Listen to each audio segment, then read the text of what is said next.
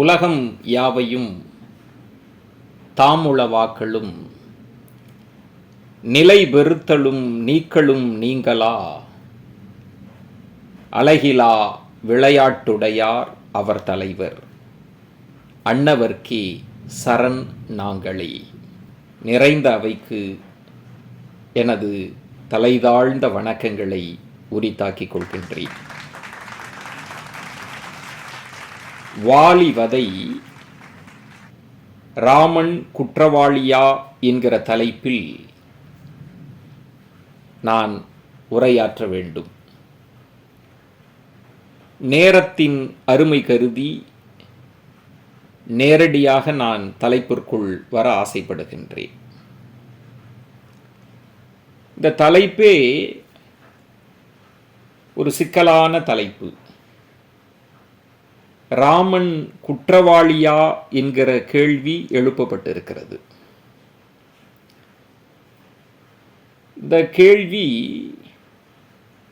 இந்த வாலி வதை என்கிற இந்த வழக்கு பல ஆண்டுகளாக நடந்து கொண்டிருக்கிறது.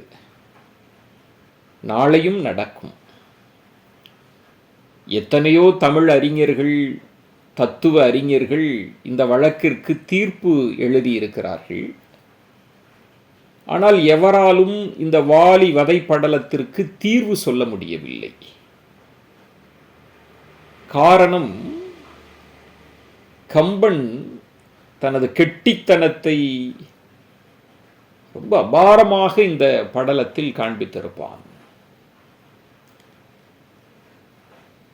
ராமன் குற்றவாளியா வாலி குற்றவாளியா என்கிற கேள்வி கணிதத்தில் முடிவுறா எண்கள் இன்ஃபினிட்டிவ் என்பார்கள். பிரபஞ்ச தத்துவத்தில் கூட முடிவுறாத தன்மை உண்டு. ஏன் இறை கருத்தாக்கத்தில் கூட முடிவில்லாத ஆதி அந்தமறியா என்ற தத்துவம் உண்டு. அப்படித்தான் இந்த வாலி வதை வழக்கும் நீண்டு கொண்டே இருக்கிறது. ராமன் குற்றவாளியா என்கிற கேள்வியை நீங்கள் எழுப்பி இருக்கிறீர்கள். இதை கம்பனே ஏற்றுக்கொள்ள மாட்டான். கம்பன் ராமகாதையை படைக்கிற போது ஒரு பிரகடனத்தை சொல்லிவிட்டுத்தான் எழுதுகோளை எடுத்திருக்கிறான். ஓசை பெற்று உயர் பார்க்கடல் உற்று ஒரு மூசை ஒரு பூசை முற்றத்து நக்கு புக்கென ஆசையினால் அறையலுற்றேன் இக்காசில் கொற்றத்து ராமன் கதையரோ. இந்த பிரகடனப்படுத்திட்டு தான் ராமகாதையை எழுத தொடங்குகிறான். காசில் கொற்றத்து ராமன், குற்றமில்லாத மாசு இல்லாத ராமனது கதையை எழுத விரும்புகிறேன் என்று சொல்லிவிட்டுத்தானே கம்பன் ராமகாதையை படைக்கிறான். பிறகு ராமன் குற்றவாளியா என்று நாம் கேட்பது சரியாக இருக்குமா? பிறகு ஏன் வாலி வதையை கம்பன் படைத்தான்? இந்த கேள்வி இருக்கிறது. சரி தவறு நியாய அநியாயங்களுக்குள்ளே நாம் போக வேண்டாம். ஏன் வாலி வதையை கம்பன் படைத்தான்? கம்பன் நினைத்திருந்தால் வாலி வதை படலத்தை கடந்து போயிருக்க முடியும். தமிழிலே கதாபாத்திரத்தின் நோக்கத்திலிருந்து திசை மாறக்கூடாது. அது சட்டம். என்ன நோக்கமோ அதை நோக்கி செல்ல வேண்டும் கதாபாத்திரங்கள். காப்பியத்திற்கு அது இலக்கணம். ஆனால் கம்பன் படைக்கிறான் வாலி வதை படலத்தில் ஒரு மிகப்பெரிய ஒரு சுழலை. இந்த அணைகளில் நீர் தேக்கி வைக்கிற போது சுழல் தோன்றும். அப்படி ஒரு வாலி வதை என்கிற சுழலை ஏற்படுத்தி அதில் ராமனை சிக்க வைத்து விடுகிறான் கம்பன். ஏன் இதை படைத்தான்? வாலி வதை படலத்தின் நோக்கம் என்ன? யாரை குற்றவாளி கூண்டில் நிறுத்துவதற்கு கம்பன் ஆசைப்பட்டான்? இதைத்தான் நான் யோசிக்கிறேன். வாலி வதைப்படலத்தில் ரொம்ப முக்கியமான வழக்கு, விடை காண முடியாத வழக்கு என்பது, எல்லாரும் ராமன் கதையை அறிந்தவர்கள்தான், வாலி வதைப்படலத்தை முற்றாக அறிந்தவர்கள்தான். இதே தலைப்பில் நீங்கள் பலமுறை பல உரைகளை கேட்டிருக்கக்கூடும். நான் ஒரு புதிய கோணத்தை உங்களுக்கு படைக்க விரும்புகிறேன், அவ்வளவுதான். வாலி கேட்கிற முக்கியமான கேள்வி, எல்லாவற்றிற்கும் ராமன் பதில் சொல்வான். வாலி கேட்ட கேள்வி, அதெல்லாம் விடு, நீ சொன்னதெல்லாம் சரி, நீ மறைந்திருந்து தாக்குவது சரியா? அது உனக்கு சரியா? அறத்திற்கு சரியா? இது யுத்த தர்மமா? நீ இப்படி தாக்கலாமா என்று வாலி கேட்கிற அந்த கணமே ராமன் அதுவரைக்கும் பதில் சொல்லிக் கொண்டிருப்பான். இந்த கேள்விக்கு மட்டும் தலை கவிழ்வான். அவன் பதில் சொல்ல மாட்டான், மௌனித்து விடுவான். உடனடியாக இலக்குவன் தன் அண்ணனுக்காக அவன் ஒரு பதில் சொல்வான். அது ரொம்ப தட்டையான பதில், தர்க்கமே இல்லாத பதில். நான் அதை பிறகு சொல்கிறேன். அப்படி லக்குவன் அண்ணனுக்காக ஒரு பதிலை சொல்கிற போது வாலி அதுவரைக்கும் கூர்மையான அறிவுபூர்வமான பதில்களை எல்லாம் தவிடுபுடியாக்கி கிடுக்குப்புடி கேள்விகளை கேட்ட வாலி இலக்குவன் சொன்ன மாத்திரத்தில் அவன் மௌனித்து விடுவான். வாலி வதைப்படலத்தில் வாலியின் மௌனமும் ராமனின் மௌனமும் ரொம்ப முக்கியமானது, சூட்சமங்கள் நிறைந்தது. கம்பன் பல சூட்சமங்களை அதில் செய்திருக்கிறான், பல சூட்சம முடிச்சுகளை போட்டிருக்கிறான். நான் நினைத்து பார்ப்பேன், நீ மறைஞ்சிருந்து தாக்குனது சரியா? தானே சார் கேள்வி, ராமன்கிட்ட கேட்ட கேள்வி. ராமன் நினைத்திருந்தால், கம்பன் நினைத்திருந்தால் இந்த பதிலை கொடுத்திருக்க முடியும். மகாபாரதத்தில் யுத்தகலத்தில் துரியோதனனை தொடையில் அடித்து வீழ்த்துவான் பீமன். தொடையில் அடிக்கக்கூடாது, அது யுத்த நெறிமுறைகளுக்கு முரணானது. காந்தாரி கொடுத்த ஆற்றல் துரியோதனனின் தொடையில் குவிக்கப்பட்டிருக்கும், அந்த தொடையில் அடிப்பான். அடிக்க சொன்னவன் சூட்சமதாரி கண்ணன். அது பேசப்படுகிற போது அது யுத்த தர்மம் என்று சொன்னார்கள். யுத்த விதிகளை மீறலாம், ஆனால் அடிக்கிறது யுத்த தர்மத்தின்படி சரியானது. காரணம், துரியோதனன் திரௌபதியை, பாஞ்சாலியை அரசவையில் தன் தொடையில் வந்து அமருமாறு சொல்லியிருப்பான். அந்த தவறுக்கு கிடைத்த அடிதான் இந்த அடி என்று விளக்கம் சொன்னார்கள். கண்ணன் பல சூட்சமங்கள், பல சித்து விளையாட்டுக்கள், சூழ்ச்சிகளை செய்வான், பொய்யுரைக்க செய்வான். சூரியன் மறைந்து விட்டதாக பொய்யுரைக்க சொன்னான், கட்டை விரலால் சூட்சமங்கள் செய்தான், என்னென்னமோ செய்தான். அவைகளெல்லாம் யுத்த தர்மங்களாக அங்கீகரிக்கப்பட்டன, நியாயப்படுத்தப்பட்டன. இங்கு கம்பன் நினைத்திருந்தால் ஒரு வரியில் இதெல்லாம் யுத்த தர்மம் என்று சொல்லி முடித்திருக்க கூடும். நீ என்னை மறைந்திருந்து தாக்கியதாக சொல்கிறாயே வாலி, நீ குகைக்குள் சென்றாய், நீ இறந்து விட்டதாக தவறுதலாக எண்ணி மாயாவி வெளியே வந்துவிடக்கூடாது என்பதற்காக பாறாங்கற்களை கொண்டு மறைத்தார்களே, அந்த மறைத்தலின் நியாயத்தை நீ கேட்டாயா சுக்ரீவனிடத்தில்? ஏன் மறைத்தாய், ஏன் பாறைகள் போட்டாய் என்று நீ தீர விசாரித்தாயா? உன் அவசர புத்திக்கு, உன் கோபத்திற்கு கிடைத்த விலைதான் இந்த தண்டனை என்று கூட ஒரு வியாக்கியானத்தை சொல்லி இருக்க முடியும். உன் மறைத்தலுக்கு நீ நியாயம் தேடவில்லை, இந்த மறைந்திருந்து தாக்குதலுக்கு நியாயம் கேட்கிறாயா என்று கூட கேட்டிருக்க முடியும். கம்பன் கேட்கவில்லை. காரணம் இருக்கிறது. வள்ளுவன் கம்பனை அப்படி பேச விடவில்லை என்று நான் நினைப்பேன். நான் கூட நினைத்தேன், இப்படி ஒரு கதையை வைத்திருக்கலாம். நான் ஒரு புது கம்பராமாயணம் எழுதுகிறேன். நான் என்ன யோசித்து பார்த்தேன் என்றால், ஆரண்ய காண்டம் முடிகிறது. ஆரண்ய காண்டம் முடிந்த பிறகு ராமனும் லக்குவனும் கிட்கிந்தைக்கு வருகிறார்கள். கிட்கிந்தையிலே வாலியும் சுக்ரீவனும் நல்ல அன்பார்ந்த சகோதரர்களாக இருக்கிறார்கள். சூரிய புத்திரனும் இந்திரபுத்திரனும் அப்படி இருந்தவங்க தானே. விதி விளையாட்டால், அவசர புத்தியால், கோபத்தால் அவர்களுக்குள் முரண் உண்டானதை தவிர உண்மையில் அவர்கள் பாசத்திற்குரியவர்கள் தான். வாலி இறக்கின்ற தருவாயில் சொல்வான், அண்ணனை கொன்றவன் என்கிற பழியோடு சுக்ரீவனை பார்க்காதே, இவன் மந்த புத்திக்காரன், அவசரப்பட்டு விடாதே, இவனை நன்றாக பார்த்துக்கொள் என்று வாலி சத்தியம் வாங்குவான் ராமனிடத்தில்.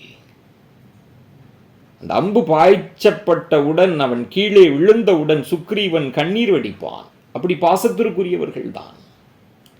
அந்த வாலியும் சுக்ரீவனும் ராமலக்குவரர்களை வரவேற்கிறார்கள்.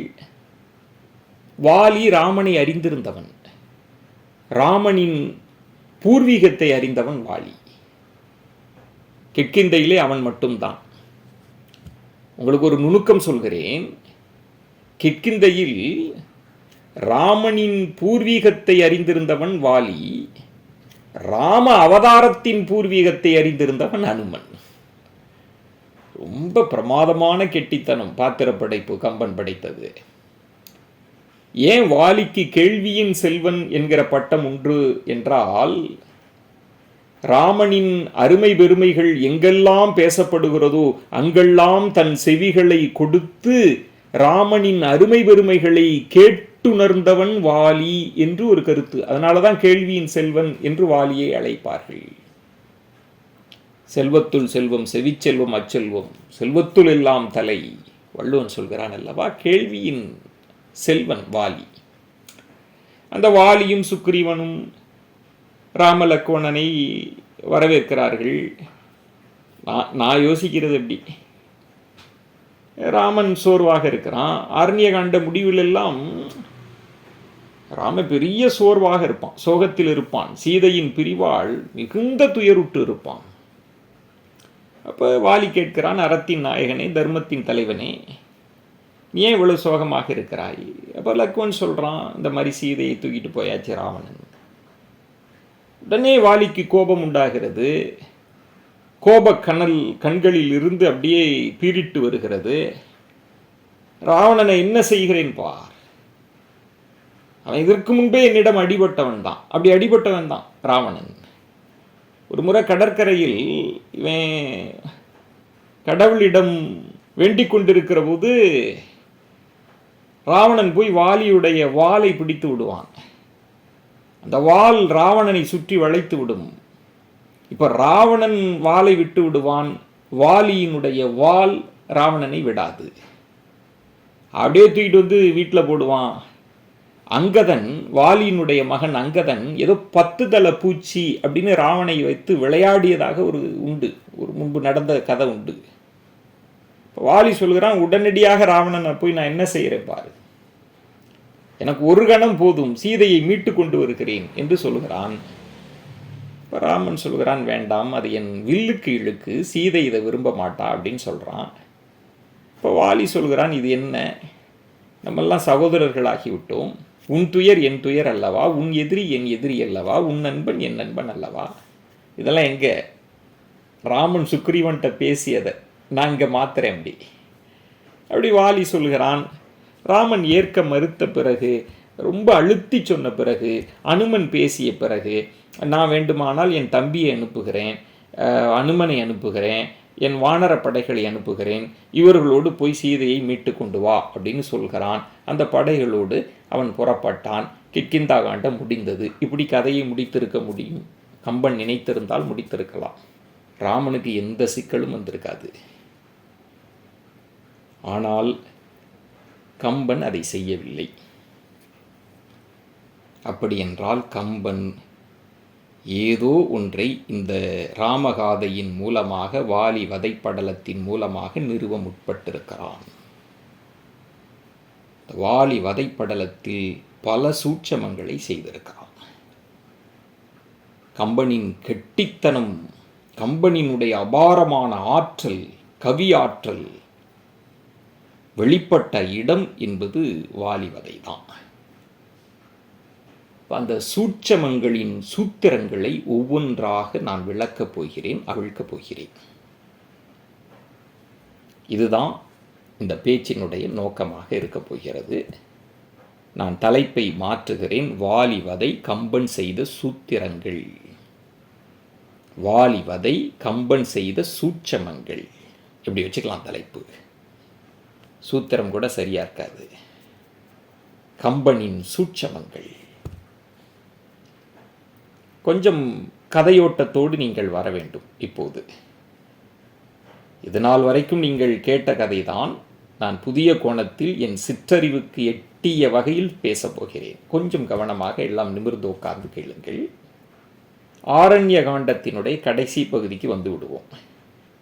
ராமன் ரொம்ப துயருற்று இருப்பான். ஆரண்ய காண்டத்தினுடைய கடைசி பகுதியில் உளவியல் ரீதியாக மிகவும் துன்புற்று இருப்பான், பாதிக்கப்பட்டிருப்பான் ராமன். சீதையின் நினைவு வாட்டும். எப்படி கண்டுபிடிக்க போகிறோம், எங்கே ராவணன் இருக்கிறான், என்ன செய்ய போகிறோம் என்பதெல்லாம் வாட்டத் தொடங்கும். சீதையின் பிரிவு வேறு. உயிர் துறந்து விடலாமோ என்கிற எண்ணத்திற்கு கூட ராமன் போகிறான். அப்படி ஒரு நிலையில் இருக்கிறான். இந்த இடம் ரொம்ப கவனமாக நீங்கள் நினைவில் வைத்துக் கொள்ளுங்கள். இது நான் போடுகிற முதல் முடிச்சு. இந்த உணர்வு நிலைதான் ராமனின் பல சிக்கல்களுக்கு காரணமாக இருக்க போகிறது. அதனால் சொல்கிறேன்.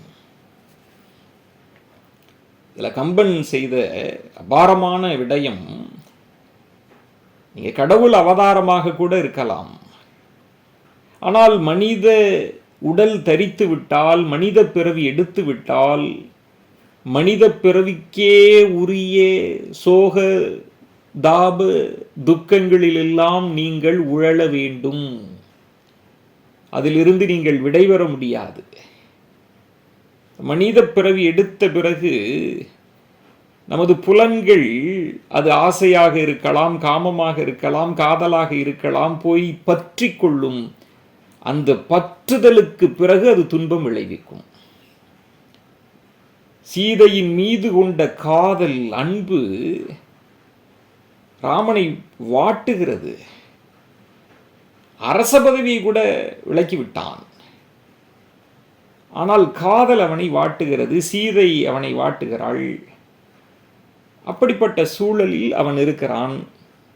இப்போ கவந்தன் என்கிற பூதம் எல்லா உயிர்களையும் பிடித்து தின்று கொண்டிருக்கிறது. அப்போ ராம லக்ஷ்மணர்கள் அந்த கை கால்களை வெட்டுகிறார்கள். கவந்தன் என்கிற பூதம் சாப விமோச்சனம் கிடைக்கிறது. இந்த கவந்தன் தான் முதல் விதையை விதைப்பவன், சூத்திரதாரி ஒன்று. கவந்தன் தான் வழிகாட்டுவான். நீ சீதையை மீட்க வேண்டுமா, ராவணனை வீழ்த்த வேண்டுமா, சுக்ரீவனை துணைகொள் என்று கவந்தன் தான் சொல்வான். சவரி வழிகாட்டுவாள் அன்னை. ராம லக்ஷ்மணர்களுக்கு நீங்கள் போங்க, இரலை குன்றில் தான் சுக்ரீவன் இருக்கிறான், அங்கே போங்க அப்படின்னு சொல்வார் சவரி. ராமனும் லக்ஷ்மணும் சுக்ரீவனை தேடி போவார்கள். எத்தனையோ பேர் ராமனை தேடி செல்கிற போது ராமன் தேடி சென்றது சுக்ரீவனை. ராமன் தேடி போறான். நான் யோசித்து பார்ப்பேன், ராமன் யாரையெல்லாம் தேடி சென்றான்? ராவணனை தேடி செல்கிறான், சீதையை தேடி செல்கிறான், சுக்ரீவனை தேடி செல்கிறான். ஒன்று காதல், ஒன்று வதம், ஒன்று துணைக்கோடல். இதற்காக ராமன் தேடி சென்றான். இதில் ஒரு கேள்வி இருக்கு, ஒரு சூட்சமம் இருக்கு. கவந்தன் நினைத்திருந்தால் வாலியை சொல்லியிருக்க முடியுமே. இன்னும் ராமனுக்கு எளிதாக இருந்திருக்கும். கவந்தன் நினைத்திருந்தால் வாலி என்கிற வீரன் இருக்கிறான், வாலி நினைத்தால் ராவணனை வதம் செய்து விட முடியும், ஒரு நொடி போதும் என்று கவந்தன் வழிகாட்டி இருக்க முடியும். ஆனால் கவந்தன் சுட்டி காட்டியது சுக்ரீவனை. சுக்ரீவனின் நல் ஊழ் இது. அதனால தான் நான் நினைப்பேன், ஆக்கம் அதர்வினாய் செல்லும் அசைவிலா ஊக்கமுடையான் உழை என்று வள்ளுவன் சொல்லியிருப்பான். அதர்வினாய் செல்லும், தேடிக்கிட்டு போகும்டா. ஆனா இங்கு சுக்கிரீவனுக்கு அப்படி ஒரு ஆக்கமும் கிடையாது, ஊக்கமும் கிடையாது. ஆனால் விதி, நேரம், நல்லூழ் சுக்கிரீவனுக்கு இருக்கிறது. இரளைக்குன்றை நோக்கி போகிறார்கள் ராமனும் லக்குவனும். ஏன் இரளைக்குன்றில் ராமனும் லக்குவனும் தேடி போறாங்க அப்படின்னா, சுக்கிரீவன் உயிர் பிழைப்பதற்காக ஓடோடி ஒளிந்து கொண்டிருக்கக்கூடிய குன்று அது. அங்கதான் சுக்கிரீவன் இருக்கிறான், அனுமன் இருக்கிறான். அங்கு போறாங்க. யோசித்து பாருங்கள், கவந்தன் யாரை வழிகாட்டுகிறான்? உயிர் பிழைப்பதற்காக ஓடோடி ஒளிந்து வாழ்ந்து கொண்டிருப்பவனை ராமனுக்கு துணையாக நீ இவனை வைத்துக்கொள் என்று வழிகாட்டி இருக்கிறான். பாருங்கள் சூட்சமத்தை. ராமனும் லக்குவனும் குன்றுக்கு போகிறார்கள். அப்போது கூட சுக்கிரீவனுக்கு வந்திருப்பது அவதாரம் நம்மை தேடி வந்திருக்கிறது என்று தோன்றவில்லை. பாருங்கள், ஏதோ மானுட உருவில் 2 பேர் வராங்க. ஒருவேளை வாலி அனுப்பி இருப்பானோ, வாலியால் இந்த குன்றுக்கு வர முடியாது, அதற்காக அனுப்பியிருப்பார்களோ என்று நினைக்கிறான். பயப்படுகிறான். அனுமனை அழைக்கிறான். அனுமா போய் பார்த்துட்டு வா, யார் அவங்க. பயத்தோடு இவன் ஒளிந்து கொண்டு அனுமனை அனுப்புகிறான். அவன் செய்த ரொம்ப பெரிய நல்ல காரியம். அனுமன் வேறொருத்தரை அனுப்பியிருந்தால் கூட வாலி வதை நடைபெற்று இருக்காது. அனுமன் போகிறான். ஒரு பிராமண வேடம் தரித்து போகிறான். ராம லக்குவனர்களிடத்தில் போகிறான். அப்போதே புரிந்து கொள்கிறான். முகத்தை பார்க்கிற போதே இவர்கள் சோர்வாக இருக்கிறார்கள், சோகமாக இருக்கிறார்கள், ஏதோ பிரச்சனை. அனுமன் எல்லாம் புரிஞ்சுக்கிறான். ராமன் அனுமனிடத்தில் கேட்பான், நீ யார் அப்படின்னு. ரொம்ப பிரமாதமாக சொல்லின் செல்வன் என்றோ, சொல்லின் செல்வன்ற பட்டத்தை உடனே கொடுப்பான் ராமன். சுருக்கமாக பேசுவான். அப்போ ராமனை குளிர்விப்பது போல அனுமன் பேசுவான். இந்த பேச்சாற்றலை வளர்த்து கொள்கிறவர்கள், பேச்சின் மகத்துவத்தை உணர்ந்து கொள்ள துடிக்கிறவர்கள் எல்லாம் இந்த அனுமன் பாத்திரத்தை நன்கு படிக்க வேண்டும். ராம அவதாரத்தை பற்றி அப்படி மேற்கோள் காட்டி கருமேக சூழ அப்படின்லாம் அந்த அவதாரத்தை சுட்டி காட்டிவிட்டு தன்னை பற்றி சொல்வான். சரணடைவான் அனுமன். ரொம்ப பூரிச்சிருவான் ராமன். அப்போ அனுமன்கிட்ட சொல்வான், சுக்ரீவனை நான் தேடி வந்திருக்கிறேன். இப்போ அனுமன் சொல்வான், நீங்கள் வர வேண்டாம், நீங்கள்லாம் பெரிய மனுஷர், நாங்கள் வருகிறோம். சொல்லின் செல்வன் என்பது ஏதோ சொற்களை மட்டும் வைத்து விளையாடுவதல்ல. நீங்கள் புரிந்து கொள்ள வேண்டியது, ஒரு மனிதர்களின் உளவியலை தெரிந்து பேசுவது. அது அனுமனுக்கு தெரியும். உண்மையில் உளவியலை தெரிந்து கொண்டு ராமனை வசியப்படுத்திய சூத்திரதாரி அனுமன். உங்களுக்கு சொல்கிறேன், வாலி வதைப்படலத்தில் பேசப்படாத ஆனால் பேச வேண்டிய ஒரு முக்கியமான கதாபாத்திரம் அனுமன். அனுமன் தான். அனுமன் சொல்கிறான், நான் கூட்டிகிட்டு வரேன் சுக்ரீவனை, நீங்கள் இங்கே இருங்கள். அங்கே போகிறான் சுக்ரீவன்கிட்ட. ஆனந்த தாண்டவம். அனுமனினுடைய நோக்கம் என்பது அரசினை வெல்லுதல், வாலியை கொல்லுதல். சுக்ரீவன்கிட்ட சொல்கிறான், வா, அரசாட்சி கிடைக்க போகிறது, வாலி வதம் செய்யப்பட போகிறான், வா. அப்பவும் சுக்ரீவனுக்கு நம்பிக்கை வரல. சுக்ரீவன் ராமன் இடத்தில் வந்து விட்டான். அனுமன் சரணடைந்ததைப் போல சுக்ரீவன் சரணடையவில்லை. சுக்ரீவன் கொஞ்சம் மந்த புத்திகாரன். அவனுக்கு தெரியாது, இந்த சூட்சமங்கள் எல்லாம் தெரியாது. ராமன்கிட்ட வந்துட்டான்.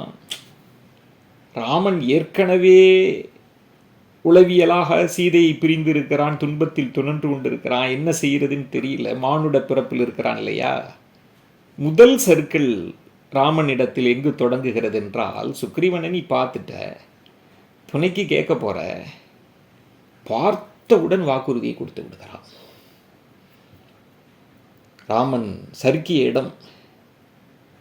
சுக்ரீவனை பார்த்துட்டு எல்லாம் சந்தோஷம் அப்படிலாம் சொல்லிட்டு ராமன் என்ன செய்கிறான், வானிடை மண்ணில் உன்னை செற்றவர் என்னை செற்றார், தீயரே எனினும் உன்னோடு உற்றவர் எனக்கு உற்றார். ஏங்க, ஒருத்தனை பார்க்குறீங்க, ஓகே, பிடிச்சி போச்சு, நம்ம ஒன்றா இருப்போம்னு சொல்லிட்டீங்க. உனக்கு எதிரி எனக்கு எதிரி, உனக்கு நண்பன் எனக்கு நண்பன், இப்படி சொல்லியிருந்தா கூட பரவாயில்ல.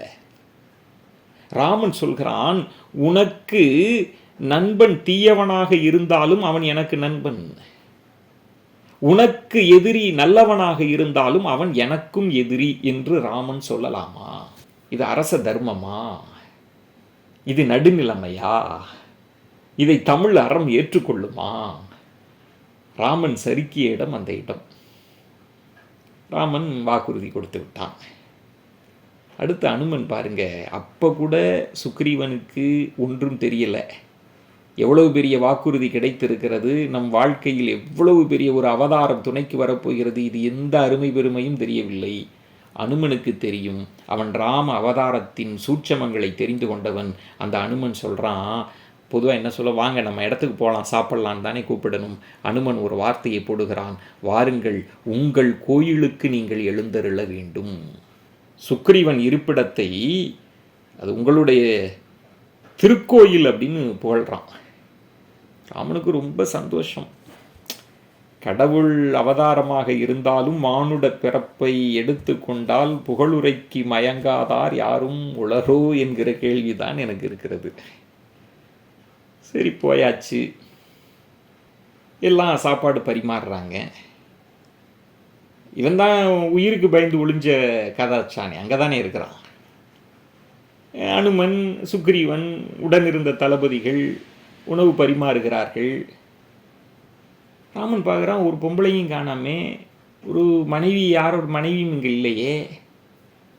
அப்படின்னா நியாயமாக என்ன கேட்பீங்க சார்? எங்கேப்பா உன் மனைவி எங்கே? இல்லை மனைவியை விட்டுட்டு வந்துட்டியா? இல்லை எங்கே இருக்கிறாங்க? இல்லை வெளியில் போயிருக்கிறாங்களா? இப்படி தானே கேட்போம் யாராக இருந்தாலும். ராமன் பாருங்க, சீதையை பிரிந்து பித்து பிடிச்சி போயிட்டான். சீதை பிரிவாற்றாமை அவனை உலுக்கி எடுத்து விட்டது. அவன் நடுநிலைமை தவறி அந்த அந்த அந்த பிரிவிற்குள் ஆட்பட்டு கொண்டிருக்கிறான். உணர்ச்சிகளுக்குள் உந்தப்பட்டு அவனை ஊழ் நகர்த்தி கொண்டிருக்கிறது ராமனை.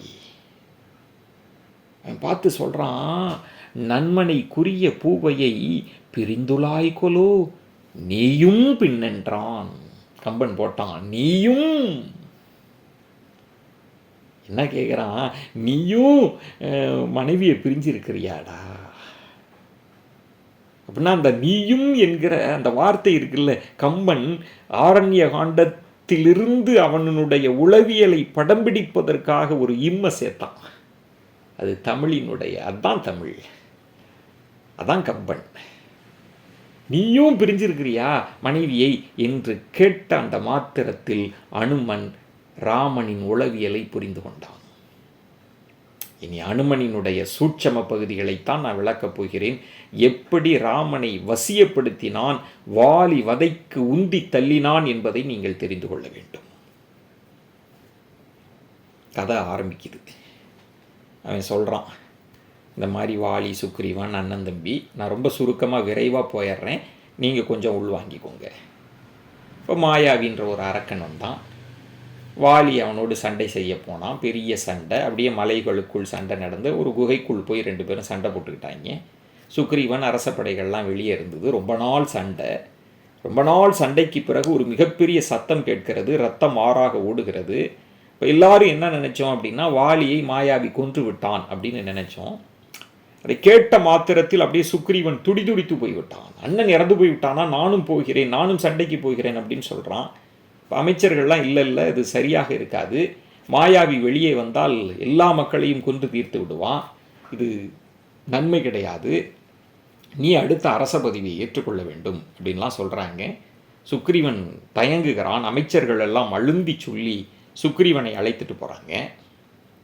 அப்போ என்ன பண்ணுறாங்கன்னா, மாயாவி வெளில வந்துடக்கூடாதுன்னு ஒரு பெரிய பாறையை அந்த குகையில் வச்சு மூடிட்டு வெளில போயிட்டாங்க. சுக்ரீவன் போய் அரச பதவியை ஏற்றுக்கொண்டு விட்டான். ஆனால் என்ன நடந்தது என்றால், குகைக்குள் இறந்தது வாலி அல்ல, மாயாவி. வெற்றி பெருமிதத்தோடு வெளியே வருகிறான். குகை அடைக்கப்பட்டு இருக்கிறது. வாலி பார்க்கிறான், யாரா வச்சு அடைச்சிருப்ப, ஒரு ஒரு ஒரு ஒரு குத்து, ஒரு உதை, பாறை சுக்கு நூறாகிறது. வெளியே வந்து பார்த்தால் சுக்ரீவன் இல்லை, அமைச்சர்கள் இல்லை, யாரும் இல்லை. என்னாச்சு என்று வேக வேகமாக வந்தால், கிட்கிந்தைக்கு வந்தால், அரச அரியாசனத்தில் சுக்ரீவன் அமர்ந்திருக்கிறான். இப்போ வாலி சரிக்கிய இடம் இது. ஒரு நிதானம் வேண்டாமா? அவசர புத்தி, கோபம் ஒரு மனிதனை எங்கு இட்டு செல்லும் என்பதற்கு இது ஒரு உதாரணம். இந்த அரச பதவிக்காகத்தான் இவன் ஆசைப்பட்டானா? ஒருவேளை மாயாவியை அனுப்பியது இவனோ?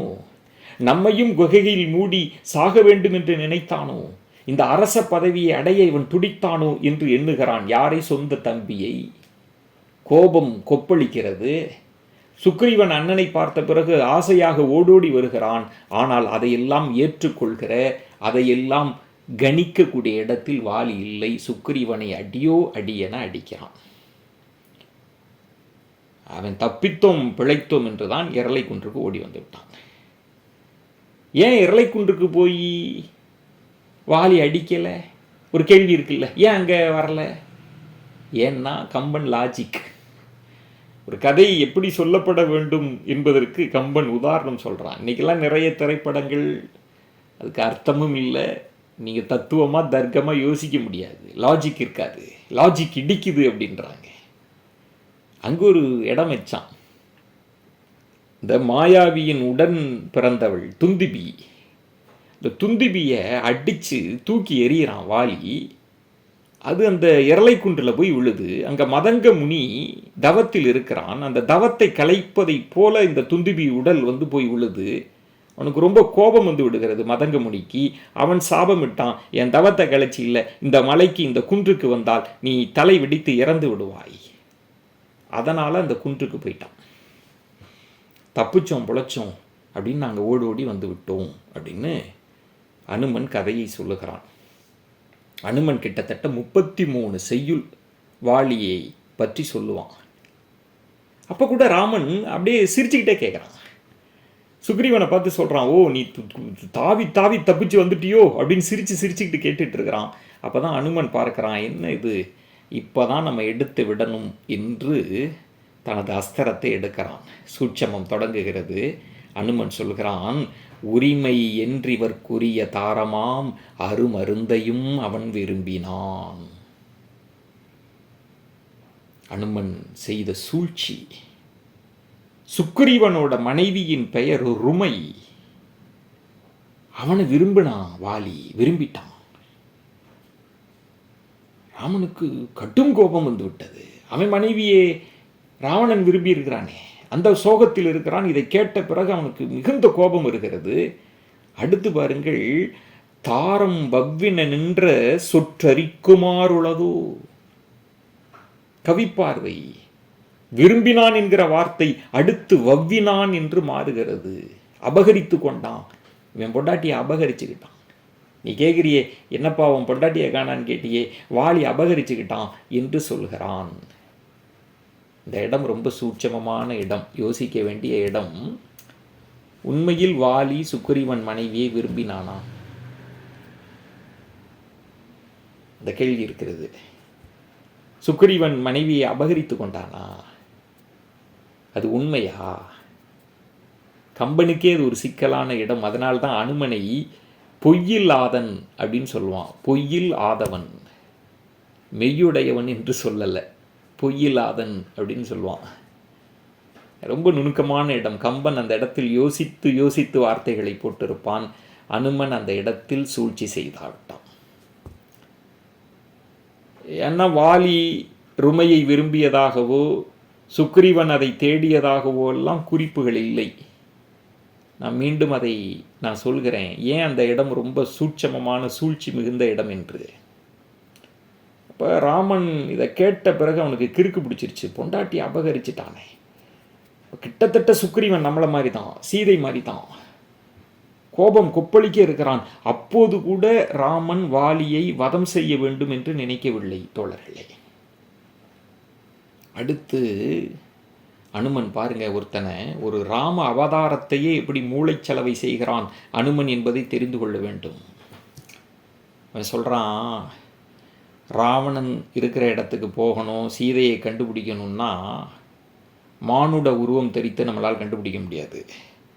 மானுட வானர உடல் தரித்தவர்களாலும் முடியாது. நமக்கு வானர படைகள் வேண்டும். வானர படைகள் வேணும்னா அரசாட்சி வேண்டும். அரசாட்சி வேணும்னா வாலியை கொல்லணும் அப்படின்னு சொல்கிறான். ராமன் பார்க்குறான் அப்படியே. அடுத்து ஒரு வரி, இப்போ ராவணனும் வாலியும் நண்பர்களாக இருக்கிறார்கள். இப்போ ராவணனோடு சண்டைக்கு போனால் வாலி ராவணனுக்காக வரக்கூடும். திரும்ப வார்த்தைகள் எப்படி போடுறான் பாருங்க. ராமனை அப்படியே வசியப்படுத்தி கொண்டிருக்கிறான் அனுமன். கிட்டத்தட்ட மகாபாரதத்தில் கண்ணனை போல இங்கு அனுமன் தன் வேலையை செய்து கொண்டிருக்கிறான். இதையெல்லாம் விட ஒரு இடம் அவன் சொல்கிறான். ராம அவதாரத்துக்கு எங்கே போகிறான் பாருங்க அனுமன். ஆதிசேடன் தான் இந்த பூமி பந்தை தாங்கி கொண்டிருக்கிறான் 10 தலையால். வாலி இந்த பூமிக்கு சுமையாக இருந்து கொண்டிருக்கிறான். அப்படி வாலி அங்கும் இங்கும் நகருகிற போது ஆதிசேடனினுடைய அந்த 10 தலைகளின் சுமை அதிகரிக்கிறது. வாலி வீழ்ந்தால்தான் பூமியின் பாரம் குறையும், பூமியின் பாரம் குறைந்தால்தான் ஆதிசேடனின் பாரம் குறையும் என்று சொல்வான். ராமன் முடிவெடுத்து விட்டான், வதம் செய்ய வேண்டும். தயார்படுத்திட்டான் அனுமன் ராமனை. சரியா? சுக்ரீவன் கூட இப்போ சீதையை கண்டுபிடிக்கலான்னு தான் சொல்லுவான். வாலியை வதம் செய்ய வேண்டும் என்று அந்த இடத்துக்கு நகரலை. அனுமன் தான் வாலி வதத்தில் குறியாக இருந்தவன். அப்போ ராம லக்குவணர்கள் தயாராகி விடுவார்கள். சரி வாங்க, வாலியை வதம் செய்து விடலாம், சண்டைக்கு போயிடலாம். அப்போதும் சுக்ரீவனுக்கு சந்தேகம் ராமனின் மீது, லக்குவனின் மீது. அந்த சந்தேகம் நியாயமானது தானே. திரும்ப சண்டைக்கு போகணும்னு சொல்கிறாங்க. இவங்களை நம்பி போகலாமா? இவங்களால முடியுமா? அனுமனிடத்தில் சொல்கிறான், இவனால் முடியுமா? அனுமன் போய் சொல்கிறான். தன் வீரத்தை காண்பிப்பதற்காக சுக்ரீவனிடத்தில் அந்த அந்த அந்த நான் ஏற்றுகிறான், அம்பு எய்துகிறான். அந்த அம்பு 7 மரத்தை துளைத்து கொண்டு 7 கடல்களை தாண்டி போனதாக கம்பன் வர்ணிப்பான். அந்த கம்பு எப்படி டிராவல் பண்ணிச்சு விரிவா சொல்வதற்கு நேரம் இல்லை. நான் சொன்னேன்ல, அந்த துந்துபியை கொன்று தூக்கி போட்டான் அப்படின்னு, அந்த எலும்பு கூடு கிடைக்கும். கம்பன் எப்படி கனெக்ட் பண்ணுறான் பாருங்க. அந்த எலும்பு கூட அது அது அவ்வளவு பெரிய எலும்பு கூட்டை அப்படி ஒரு காலால் லக்குவன் அப்படி தூக்கி எறிவான். சுக்ரீவனுக்கு புரிஞ்சிடும், இவர்களை நம்பி நம்ம வாலியோடு மீண்டும் சண்டைக்கு போகலாம். சுக்ரீவன் புறப்பட்டு விடுவான். போய் வாலியை சண்டைக்கு கூப்பிடுறான். நன்றாக தெரிந்து கொள்ளுங்கள், வாலி சுக்ரீவன் குரலை கேட்டு எழுந்து விடுவான். ரொம்ப கோபம் குப்பளிக்க ஆரம்பிச்சிடும். அவன் மஞ்சனையில் படுத்திருக்கிறான். சுக்ரீவன் கூப்பிட்றான்னொன்னே எந்திரிச்சிட்டான் கோபத்தோடு. ஏண்டா தோத்து ஓடின பைய, உயிர் பிழைக்க ஓடின பைய திரும்பவும் கூப்பிடுகிறாயா? வாலி மனைவி தாரை கூர்த்த மதிப்படைத்தவள். அவ சொல்றா கணவனை, கொஞ்சம் யோசியா, அவசரப்படாத. அடி வாங்கிட்டு ஓடினவன் திருப்பி வந்து கூப்பிடுறான்னா ஒரு காரணம் இருக்கும் இல்ல, ஏதோ ஒன்று இருக்கு, அவசரப்படாத, நிதானமாக இரு, தாரை சொல்கிறாள். வாலி சறுக்கிய இடம் இது. வாலி சொல்கிறான், அதெல்லாம் எப்படி, அது என் வீரத்துக்கு இழுக்கு இல்லை, யாரோட வேணாலும் வரட்டும், எப்போ வேணாலும் வரட்டும், நான் எதற்காக பயப்படணும்? இப்போ தாரை சொல்கிறாள், இல்லை ராம லக்குவணர்கள்னு 2 பேர் வந்திருக்காங்களாம், அவங்க இவனுக்கு உதவி செய்கிறாங்களாம். தாரை தனது உளவுப்படையின் மூலமாக இந்த தகவலை அறிந்திருக்கக்கூடும். சரிங்களா? அரசனுக்கு தெரியல வாலிக்கு. ராமனின் அருமை பெருமைகளை, பூர்வீகத்தை தெரிந்த வாலிக்கு, எப்பா எரளை குன்றுக்கு வந்திருக்கிறான், சுக்ரீவனோடு தொடர்பில் இருக்கிறான், சுக்ரீவனை கூட்டிட்டு வந்திருக்கிறான் என்பதை ஒரு அரசனாக வாலி அறிந்திருக்கவில்லை. தாரை அறிந்திருந்தாள். தாரை சொல்றா, வேண்டாம் ஐயா போகாத, ஏற்றுக்கொள்ளலை, அதெல்லாம் இல்லை அப்படின்னு. வாலியை அப்படியே போய் கட்டி அணைத்து கொள்வாள். நீ போகாத.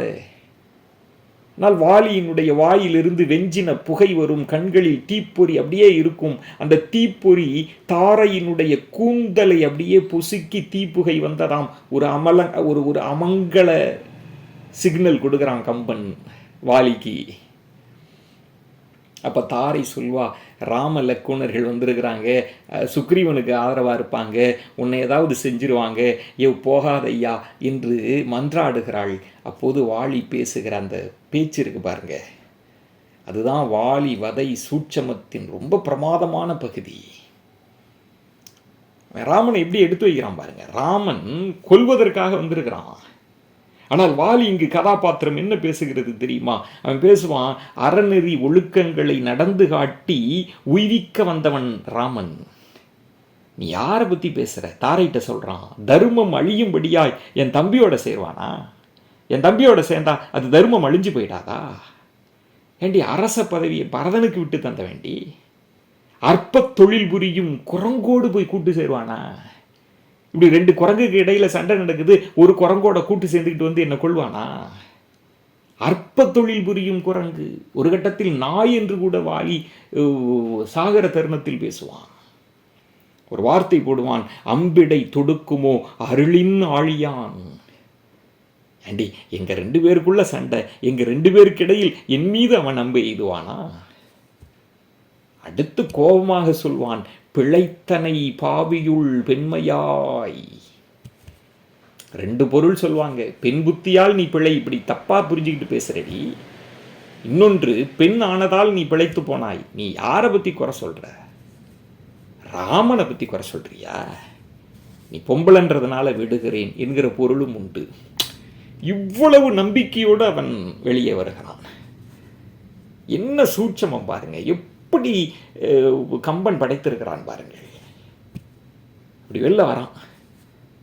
ராமனின் அறத்தை நம்பி, ராமனின் நடுநிலையை நம்பி, ராமனின் சால்பை நம்பி வெளில வரான் வாலி. அப்படி வாலி வெளியே வந்து விட்டான். அதில் ஒரு நுணுக்கமான இடம் இருக்குங்க. நான் படித்த போது அவன் சொல்லுவான், தம்பிக்கு இடையில், தம்பிக்கு அரச பதவியை கொடுத்துட்டு வந்த வேண்டி தம்பிக்குள்ள இப்படி வருவானான்னு வாலி கேட்பான். ஒரு தப்பு கணக்கு. நன்றாக பார்த்தா வாலியும் ராவணனும் தமையர்கள், மூத்தவங்க. ராமன் தம்பியருக்கு உதவுவான், விபீடனனுக்கு உதவி இருக்கிறான், பரதனுக்கு உதவி இருக்கிறான். ஒரு தப்பு கணக்கு போட்டுருவான் வாலி. அப்படி வாலி வெளியில் வருகிறான். ராமன் அப்படி பிரமிப்பாக பார்ப்பான்.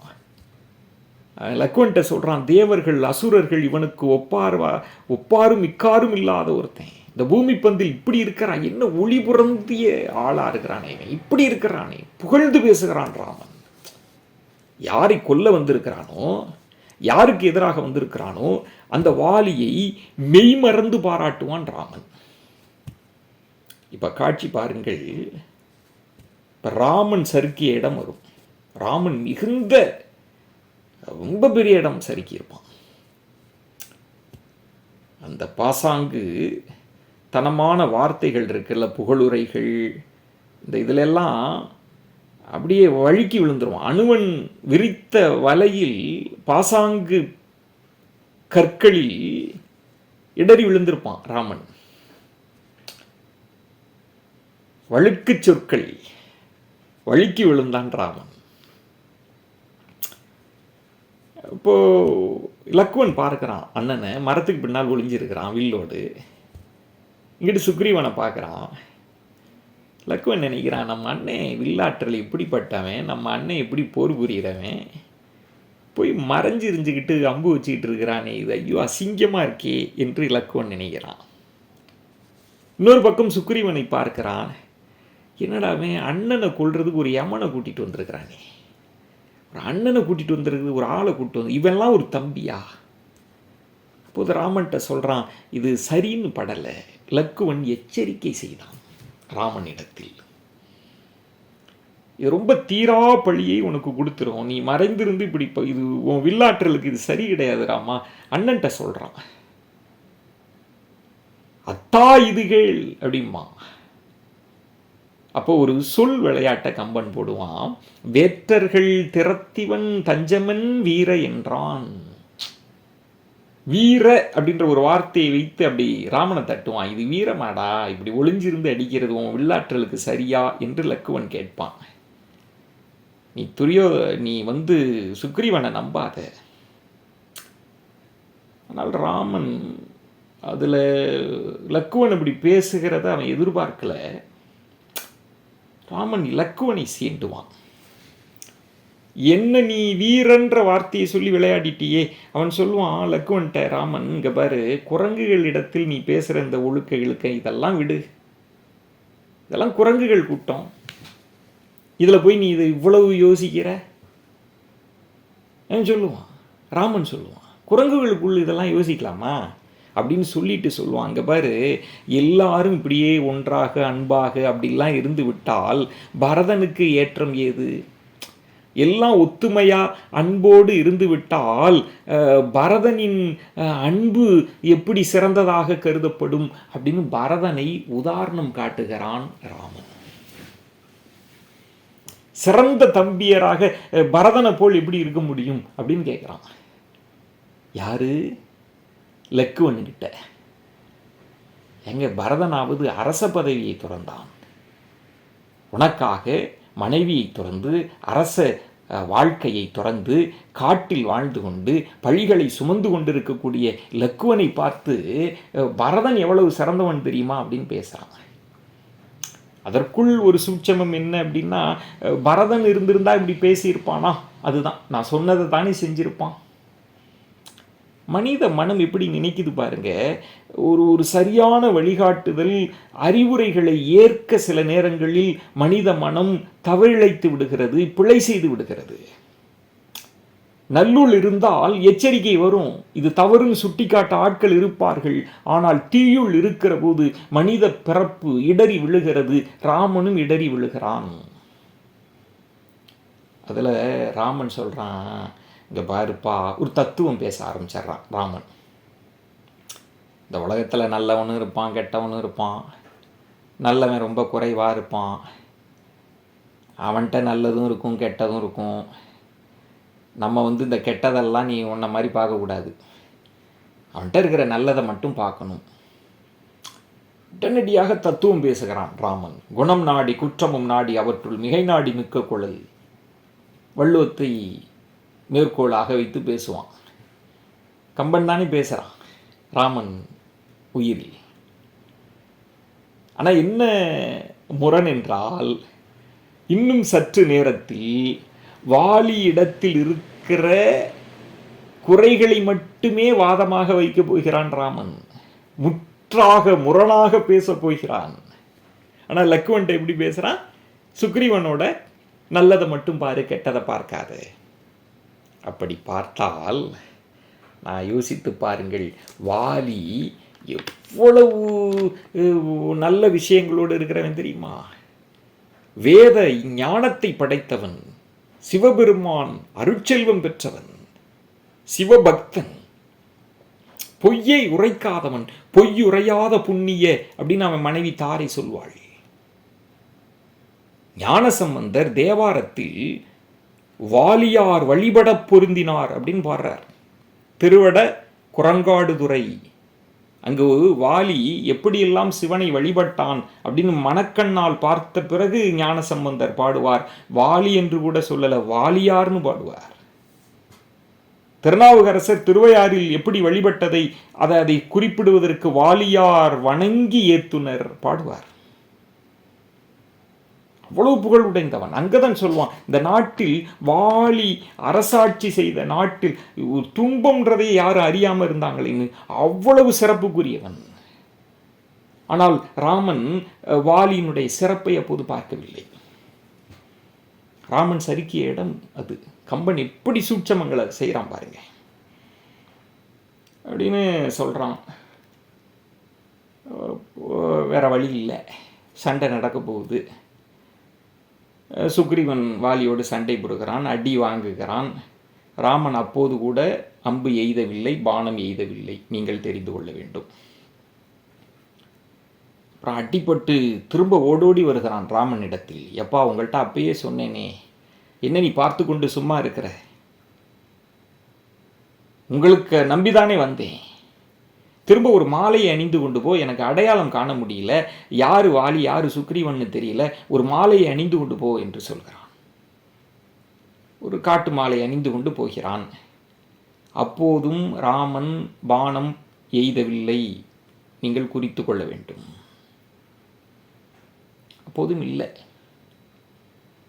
அப்போதும் அமைதியாகத்தான் இருக்கிறான். வாலி சுக்ரீவனை அடித்து அப்படி அவனை கால்களோடு தூக்கி மார்பு தலைக்கு மேல் அப்படி தூக்கி பாறையில் அடித்து கொள்ள முற்படுகிற போதுதான் அம்பை எய்தினான், பானத்தை விட்டான். என்னன்னா, ஒருவேளை நான் நினைப்பேன் சுக்ரீவனை அடித்து துவைத்தெடுத்து நீ போடா இனிமேல் வந்தீன்னா அவ்வளோதான் அப்படின்னு மன்னித்து அனுப்பி இருந்தால் வாலி வதை நிகழ்ந்திருக்காது. வாலி வதை நிகழ்ந்திருக்காது. ஒரு தம்பியையே கொல்லப் போகிற இடத்தில்தான் ராமன் சினம் கொண்டான். வாலி சறுக்கிய இடம் இது. தம்பியை கொல்லலாமா? வாலியின் அறிவை கோபம் மறைத்தது. வாலியினுடைய தவ பலனை கோபம் மறைத்தது. அவன் சினம் மறைத்தது. கொல்ல போகலாமா? அதை நியாயப்படுத்த முடியுமா வாலி? அந்த இடத்தில் தான் பானம் எய்தினான். ராவணனையே மன்னித்து அனுப்பினான். தன் மனைவியை கவர்ந்த ராவணனையே இன்று போய் நாளை வான்னான். காகாசுரனை மன்னித்தான். ஆனால் வாலிக்கு பானம் எய்துவதற்கான காரணம் தம்பியை கொல்லப் போகிற இடத்தில் தம்பியையும் கொல்லக்கூடுமோ என்று ஒரு அண்ணனாக அவன் யோசித்திருக்கக்கூடும். அப்பதான் அடிப்பான், பானத்தை விடுவான், நேராக நெஞ்சில் துளைக்கும். ரொம்ப அது வாழைப்பழத்தில் ஊசி ஏற்றுவதைப் போல அந்த பானம் போனது. இல்லை என்ன கம்பன் சூட்சமம் செஞ்சான்னா, தாடகையின் மீது அம்பு போட்டுவான். அப்போ அந்த அம்பு அப்படி தாடகையினுடைய மார்பை துளைத்து அப்படியே 7 கடல் எல்லாம் தாண்டி அவ்வளோ வேகத்தில் போனதாக கம்பன் சொல்வான். அந்த அம்பின் வேகத்தை பற்றி சொல்ல வந்த கம்பன் அது எவ்வளவு வேகமாக போனது தெரியுமா? காற்றின் வேகத்தில் போனது, ஒரு எரி நட்சத்திரத்தின் வேகத்தில் போனது, அப்படி இப்படிலாம் சொல்லியிருக்க முடியும். கம்பன் சொல்வான் தாடகைக்கு, இந்த மூடர்களிடத்தில் நீங்கள் அறிவுரை சொன்னால் அந்த அறிவுரை எப்படி ஒரு காதில் போய் இன்னொரு காதில் வெளியேறி விடுமோ அந்த வேகத்தில் வெளியேறியது அப்படின்னு சொல்லுவான். ஆனால் இங்கே கம்பன் அது பாதி வரைக்கும் தான் போச்சு, துளைக்கலை. அதற்குள் வாலி அந்த அம்பை பிடிச்சிட்டான்.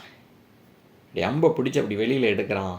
செம்மை சேர் நாமம் தன்னை கண்களில் தெரிய கண்டான். ராமபிரான்ற வார்த்தை, ராமன்ற அந்த வார்த்தை அந்த அம்பில் இருக்கிறது. அது செம்மை சேர் நாமம் தன்னை. நீங்கள்லாம் அடிக்கடி கேட்ட அந்த வரி தான். பார்த்தோன்னே அவனுக்கு நாணம் வந்து விட்டது. நான் ஒரு வரி சொல்கிறேன் கம்பனின் சூட்சமத்தை சொல்வதற்காக. பானத்தை விட நாணத்தில் வீழ்ந்தான் வாலி. அப்படிதான் யோசிக்கிறேன். என்ன நாணம் தெரியுமா? ராமா, உன் நிலைமை நீ என்ன ஆகுண்டா? நடுநிலைமை தவறிட்டியே. உன் சூரியகுல வம்சத்தினுடைய குலப்பெருமையிலிருந்து நீ வழுவி விட்டாயே. இந்த ஊராரி நீ பழி பேசுவார்களே. ராமனை நினைத்து அவன் நாணத்தில் விழுந்தான். பிறர் பழியும் தம் பழியும் நாணுவார் நானும் குறைபதி என்னும் உலகு என்று வள்ளுவன் சொல்வான். அப்படியே இந்த வாக்குவாதம் போகும். நீங்க எல்லாம் அதெல்லாம் தெரிஞ்சிருப்பீங்க. ஒரு இடம் நீ மறைஞ்சிருந்து எப்படி தாக்கலாம் அப்படின்னு கேட்பான். ராமன் தலை கவிழ்ந்து விடுவான். ராமன் தலை கவிழ்ந்து விட்டான். லக்குவனுக்கு அதை ஏற்றுக்கொள்ள முடியல. லக்குவன் மனதளவில் வாலியை கொள்வதை ஏற்றுக்கொள்ளாதவன். எப்போதுமே நம்ம மனசில் ஒன்று ஏற்றுக்கொள்ளாவிட்டால் தர்க்கம் நிற்காது. ஏற்றுக்கொள்ளாத தர்க்கம் நிற்காது. லக்குவன் சொன்னால், ஏன் தெரியுமா நான் மறைஞ்சிருந்து அடித்தோம், எங்கள் அண்ணன் சுக்ரீவனுக்கு வாக்குறுதி கொடுத்துட்டாரு, உன்னை வதம் செய்வேன்னு, உன்னை எதிர்ப்பேன்னு. இப்போ உனக்கு நேராக நாங்கள் யுத்தம் செய்கிறோம்னா நீ சரணடைஞ்சிட்டின்னா எங்கள் வாக்குறுதி என்ன ஆகிறது? ரொம்ப தட்டையான வாதம். அதுவரை கேட்டுக்கொண்டிருந்த வாலி அமைதியாயிடுவான். அதுக்கப்புறம் பேச மாட்டான். அப்புறம் சரண் புக ஆரம்பிச்சிடுவான். அதில் ஒரு வரி போடுவான். நான் சொன்னேன்ல ஒரு சூட்சமம், ஆரண்ய காண்டத்தினுடைய அந்த இறுதி பகுதியில் ராமனின் உளவியல் சூட்சமம் முடித்து சொன்னேன்ல, அந்த சூட்சமம் முடித்த இங்கு அவிழ்ப்பான் வாலி.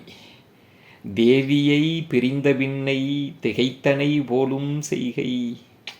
சரி, பொண்டாட்டியை பிரிஞ்சிட்ட, மதிகட்டு போயிடுச்சோ என்னமோ, அந்த சோகத்தில் இந்த செய்கை செஞ்சிட்டியா அப்படின்னு இறக்க போவான். கம்பன் புகழ்வாங்க வாலியை. ராமனுக்காக ராமகாதை எழுத முற்பட்ட கம்பன் வாலியை அப்படி புகழ்வான். தேவர்கள் புகழ்கிறார்கள், அவங்க புகழ்றாங்க, இவங்க புகழ்றாங்க. எப்படிப்பட்ட வாலி, சிறியன சிந்தியாதான் அப்படின்னு ஒரு வார்த்தையை போடுவான் வாலிக்கு. அப்புறம் தாரை ஓடோடி வருவாள். நான் சொன்னேன்ல, சுக்ரீவன் மனைவி ருமையை அவன் விரும்பினானா வவ்வினானா என்கிற ஒரு கேள்வி ஒரு முடிச்சு இருக்குல்ல. நான் இங்கு பார்க்கிறேன், தாரை ஓடோடி வருகிறாள். ஓடோடி வந்து அவள் பாடுவாள். வாலி இறந்து கிடக்கிறான், மஞ்சத்திலிருந்து எழுந்து வந்திருக்கிறான், மரணப்படுக்கையில் இப்போது விழுந்து கிடக்கிறான். தாரை பாடுகிறாள், வரை சேர் தோளிடை நாளும் வைகுவேன், கரை சேரா இடர்வேலை காண்கிலேன், உரை சேர் ஆறுயிரே என் உள்ளமே, அரைசே யான் இது காண அஞ்சினேன். பாரா, நான் நினைச்சதெல்லாம் நினைக்கும் உள்ள மொத்தவனே, நான் இதுவரைக்கும் துன்பம்னா என்னதுன்னே அறியாமல் இருந்தேனே. இந்த இடம் பாருங்க, நுணுக்கமான இடம். தாரை ஒருவேளை ருமையை கவர்ந்து வச்சிருந்தான் வாலி அப்படின்னா தாரை இப்படி பாடுவாளா? அங்கே ராவணன் விழுந்து கிடக்கிற போது மண்டோதரி பாடினாளே, சீதையின் மீது கொண்ட காதலால் இப்படி விழுந்து கிடக்கிறாயே, நீ சொல்றதை கேட்கலையே, இப்படி சீதையின் மீது பற்று வச்சு பாசம் வச்சு காமம் வச்சு இப்படி செத்து கிடக்காயே என்று சுட்டி காட்டுவாள் மண்டோதரி. ஆனால் ருமையை பற்றியோ வாலியினுடைய இந்த விரும்பினன் வவ்வினன் என்பது பற்றி தாரை பேசவே கிடையாது. பொய்யுரையாத புண்ணியன்னு தான் பாடுறா. அப்புறம் அங்கதன், வாலியினுடைய மகன் அங்கதன், அவன் சொல்லுவான், நான் இது வரைக்கும் துன்பம்னே நினைச்சதில்லை, நம்ம நாட்டில் யாருமே நினைச்சதில்லையே, நீ இறந்து கிடக்கிறாயே. சுக்ரீவனும் அழுகிறான். அதன் பிறகு வாலி பாருங்க, பெருந்தன்மையா சரண் புகுந்துருவான். அப்புறம் ராமன்கிட்ட சொல்லுவான், அண்ணனை கொன்னுட்டான் அப்படின்ற ஒரு பழி என் தம்பிக்கு வந்துடக்கூடாது, பார்த்துக்கோ. என் தம்பி மந்த புத்திக்காரன், கொடுத்த வாக்குறுதியெல்லாம் எல்லாம் செஞ்சிட மாட்டான், நீ கோவப்பட்டுறாத, சுக்ரீவனை நன்றாக பார்த்துக்கொள் அப்படின்னு சொல்லுவான். ரொம்ப பெருந்தன்மையாக வாலி நடந்து கொள்வான். எப்படி கதாபாத்திர படைப்பை பாருங்கள்.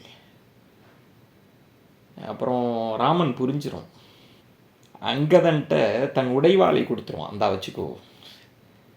அந்த காட்சி அப்படியே ஒருவன் வழுக்குவதும் ஒருவன் ஏறுவதும், ஒருவன் ஏறுவதும் ஒருவன் வழுக்குவதும் அறத்தின் பாதையில் அப்படியே கம்பன் படைச்சிருப்பான். எல்லாமே சூட்சம புள்ளிகள். அதனால தான் நான் அதை சொல்ல வந்தேன், கம்பனின் சூட்சமம் தான் அது. அப்புறம் முடிந்தது. வால்மீகியில் கூட சொல்வார்கள், நான் ரொம்ப பெருசாக அது படித்ததில்லை, கேள்விப்பட்டிருக்கிறேன். வால்மீகியில் கூட வாலி வதைக்கு பிறகு ராமன் அழுததாக குறிப்புகள் உண்டு. வால்மீகி எழுதியிருப்பார், கம்பன் அதை தவிர்த்திருப்பான். அழுது என்ன பிரயோஜனம்? ஆனால் தவம் மேற்கொண்டான். ராமனுக்கு தெரியும், மறைந்திருந்து தாக்கியது இந்த தமிழ் கூறும் நல்லுலகில் இது விவாத பொருளாக இருக்கும் ஒரு பழி நம் மீது சுமத்தப்பட்டிருக்கிறது என்பதை உணர்ந்ததாலோ என்னவோ, மானுட பிறப்பு தரித்த ராமன் கடும் தவம் செய்ததாக கம்பன் எழுதுவான். இப்படிதான் முடிகிறது. இப்போ நான் யோசிக்கிறேன், எவ்வளவு பெரிய உணர்ச்சிகரமான உணர்ச்சிவயமான காப்பியத்தை, காட்சிகளை அரங்கேற்றி இருக்கிறான் கம்பன். இப்போ கம்ப சூட்சமும் என்ன என்று நான் யோசிக்கிறேன் நண்பர்களே. ஏன் இந்த வழக்கு இன்னும் முடிவுறாமல் இருக்கிறது? இதுக்கு முடிவே இல்லை. நான் நிறைவு பகுதியை சொல்கிறேன், எனக்கு தோன்றியதை சொல்கிறேன், எனக்கு சிற்றறிவுக்கு தோன்றியதை சொல்கிறேன். நான் பெருசாக தமிழ் படித்தவன் அல்ல, எனக்கு அப்படி ஒரு நல்லூல் வாய்க்கவில்லை. ஒருவேளை நான் தமிழில் படித்து முனைவர் பட்டம் பெற்றிருந்து ஆய்ந்து தோய்ந்திருந்தால் நான் இன்னும் கூட திடமாக பேச முடியும். ஆனால் என் சிற்றறிவு துணை கொண்டு சொல்கிறேன், நான் யோசித்து பார்க்கிறேன். வாலி வதையை கம்பன் ஏன் படைத்தான் என்றால், கம்பன் அறம் பற்றிய வடிவ குறித்து யோசித்திருக்கிறான். அறம் இன்னது என்பதை வரையறுக்க முற்பட்டிருக்கிறான் கம்பன் என நான் நினைக்கிறேன். வாலி அவன் வைக்கிற தர்க்கம் இருக்குல்ல, அந்த தர்க்கம் எப்படிப்பட்டதாக இருக்கிறது என்றால், ஒருபுறம் தன் குல வழக்கத்தை சொல்வான். எங்க குலத்தில் வானர குலத்தில் வானர கூட்டத்தில் இதெல்லாம் வழக்கம் அப்படின்னு ஒரு புறம் வைப்பான். இன்னொரு புறம் ராமனுக்கு என்ன கேள்வி என்றால் அறத்தின் நியாயங்களை கேட்பான். வாலி வைக்கிற வாதம் என்பது, கம்பன் வள்ளுவத்தை படித்ததினால் வாலியினுடைய வாதத்தில் நீங்கள் பார்த்தால் வள்ளுவத்தினுடைய நியாயங்கள் வரையறைகள் இருக்கும். சான்றாண்மை வாலி பேசுவான், நடுநிலைமை பற்றி பேசுவான், அறம் பற்றி பேசுவான், சால்பு பற்றி பேசுவான். ஒரு இடத்தில் வாலி குறிப்பிடுகிற இடம் உண்டு, நீ தப்பு பண்ணிட்டீன்னா, நல்லவன் தப்பு பண்ணா, அறம் வழி நடக்கிறவன் தப்பு பண்ணா இந்த உலகம் என்ன ஆகுது? சால்பு பற்றி பேசுகிற ஒரு குறள் உண்டு, வள்ளுவன் படைத்திருக்கிறான். சான்றாண்மை மிக்கவன் தவறு செய்தால் இந்த உலகத்தை யாராலும் காப்பாற்ற முடியாது. வாலியினுடைய பெரும்பான்மையான கேள்விகள் வள்ளுவத்தின்படி அமைத்திருக்கிறான் கம்பன். இப்போ நான் என்ன நினைக்கிறேன், ஒரு அறத்தை வரையறுக்க முற்பட்டிருக்கிறான். நீங்க கடவுள் அவதாரமாக இருந்தாலும் மானிட பிறப்பு தரித்த பிறகு அறத்தின்படி நடப்பது அவ்வளவு சுலபமல்ல.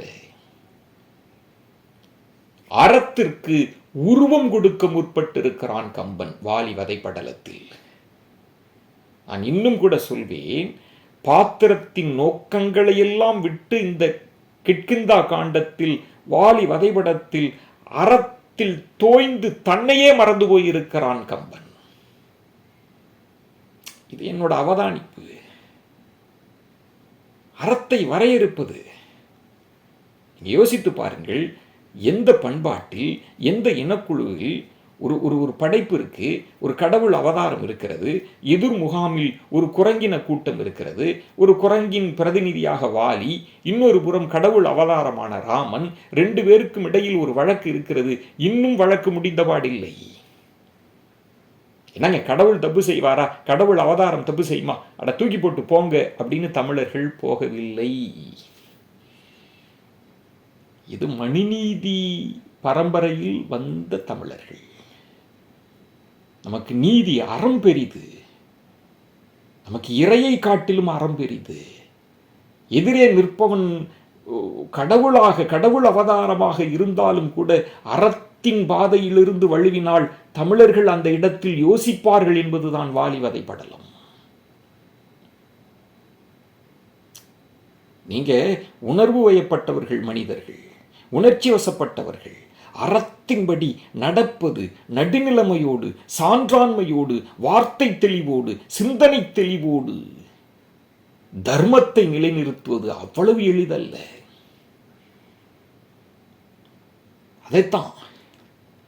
அதைத்தான் கம்பன் விளக்க முற்பட்டிருக்கிறான். இதுல வாலி செய்தது சரியா, ராமன் செய்தது சரியா என்பதல்ல. யார் வேண்டுமானாலும் வழுக்கிவிடக்கூடும், அந்த இடத்தில் எச்சரிக்கையாக இருப்பது, அறத்தின்படி நடப்பது, அறத்தின் படிமங்களை வரையறுப்பது ரொம்ப முக்கியம் என்று கம்பன் நினைத்திருக்கிறான். எனக்கு நேரம் இல்லை, ஒரே வரியில் சொல்கிறேன். வாலி வதைப்படலத்தில் கம்பன் ராமனை குற்றவாளி கூண்டில் நிறுத்தவில்லை, அது அவன் நோக்கமல்ல. அறத்தை தத்துவ ஆராய்ச்சி கூடத்தில் நிறுத்தியிருக்கிறான். அறத்தை வரையறுக்க முற்பட்டிருக்கிறான். இன்னும் தமிழர்கள் இந்த வழக்கு குறித்து பேசுகிறார்கள் என்றால் அறம் குறித்து பேசுகிறார்கள். அறத்தை நினைவு கூர்ந்து கொண்டிருக்கிறது இந்த இனம் கம்பனின் மூலமாக. நான் அப்படிதான் புரிந்து கொள்கிறேன். அறத்தை வரையறுப்பது, அறத்தின்படி நடப்பது. அதான் ரொம்ப முக்கியமானது.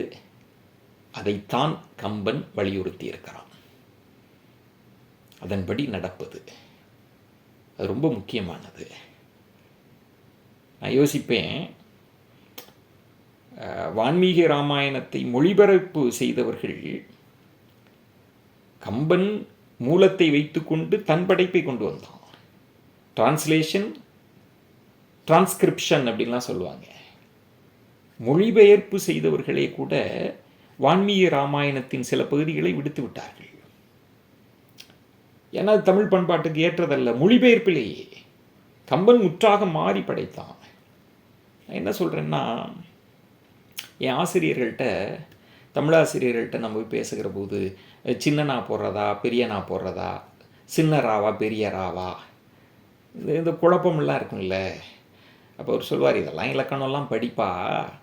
அவர் சொல்வார், அதெல்லாம் தாண்டி சந்தி பிழையோ ஒற்று பிழையோ எழுத்து பிழையோ இருக்கிறப்ப உன் கண்ணை உறுத்தும், அந்த எழுத்தை பார்க்கிற போதே உன் கண்ணை உறுத்தும், நீயாக சரி செய்து கொள்வாய் அப்படின்னு எனக்கு எளிமையாக சொல்லி கொடுத்தார்.